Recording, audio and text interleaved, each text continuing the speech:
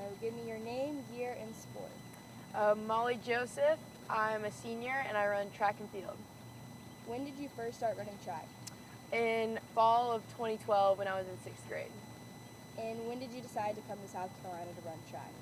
I always wanted to run at South Carolina in high school. Unfortunately, just with a lot of the things that I was struggling with that I've been dealing with the past couple years, I was unable to reach the times to get here. But so I started off at a D3 school, but I knew immediately once I got there that like this is where I belong, this is where I wanted to be. So I worked really hard and was able to get my times down enough to transfer here midway through my freshman year of college.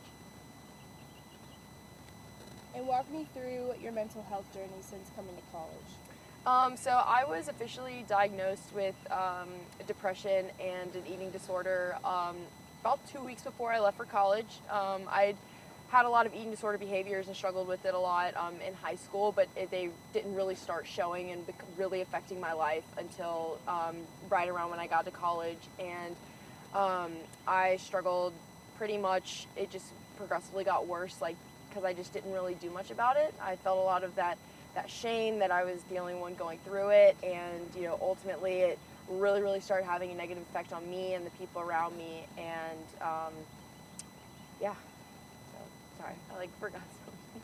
So when you noticed that you were struggling, what did you do for help? Did you use South Carolina's resources? Yeah. What did you do? So at first, what I did was I was going to therapy a lot, but not like as consistent as I needed to be. And following my freshman year after COVID was when I really started to struggle, and I ended up actually checking into a rehabilitation center and was there for about 6 weeks. And then when I got back midway through my sophomore year, I was overwhelmed with resources at South Carolina. I mean, like my therapist is from South Carolina, my psychiatrist, South Carolina.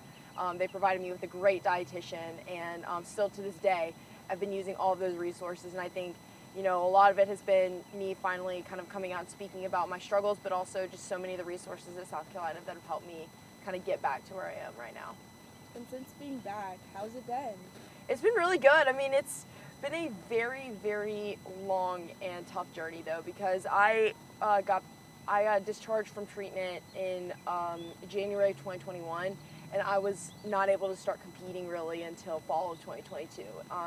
That's one thing that they taught me and everything, was that recovery is not linear, and I've had a lot of ups and downs, but with the support of my teammates and coaches and just so many family, friends around me, I've been able to get back on track and have had literally probably one of the best cross-country seasons of my life, had some of the best track seasons of my life. Making the travel team and getting to run at the SEC Championship has been like a dream of mine, and I was able to accomplish all of that. But it was a very long and hard road, and even to this day, like I still struggle. Like I still every now and then will have a flare-up or just have a relapse. But I've got the support around me, and communication has been really key, and just being honest. And I'm still to this day heading in the right direction, I feel like. So. And what's been your biggest takeaway from your journey? My biggest takeaway is that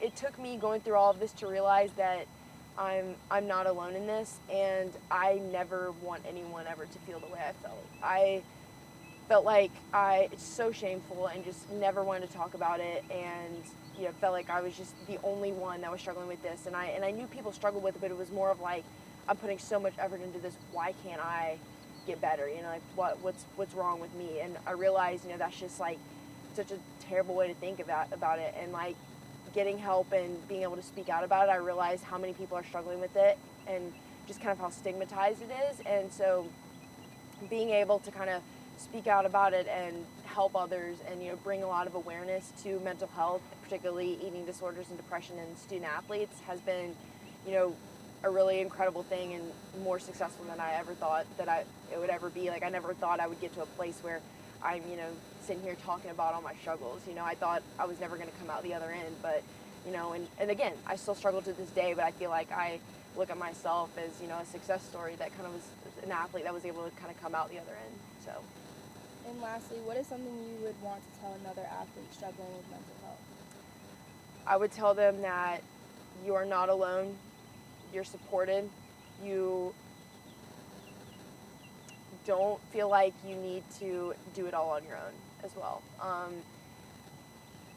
Me finally just speaking out about it, not even necessarily like doing all of this therapy and going to these dietitians, but me just telling people was probably one of the biggest, most like, and lifted the biggest weight off me for sure. And you know, you're not alone. There's nothing wrong with you, and that there is another light at the end of this. And I'd say like my biggest advice going into it is that don't try to get better to be the best, but give your best every day, and that's how you're going to get better. Perfect. Well, thank you. You're so welcome. Sorry.